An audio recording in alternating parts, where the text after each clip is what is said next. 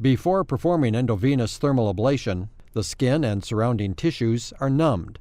The proceduralist makes a small cut in the skin, into which he or she inserts a very thin tube called a catheter. The catheter is guided into the vein to be treated using ultrasound imaging.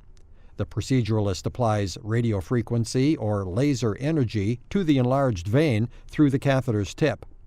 As the catheter is pulled out, the heat causes the vein to collapse and eventually heal shut. The blood will then reroute through other veins.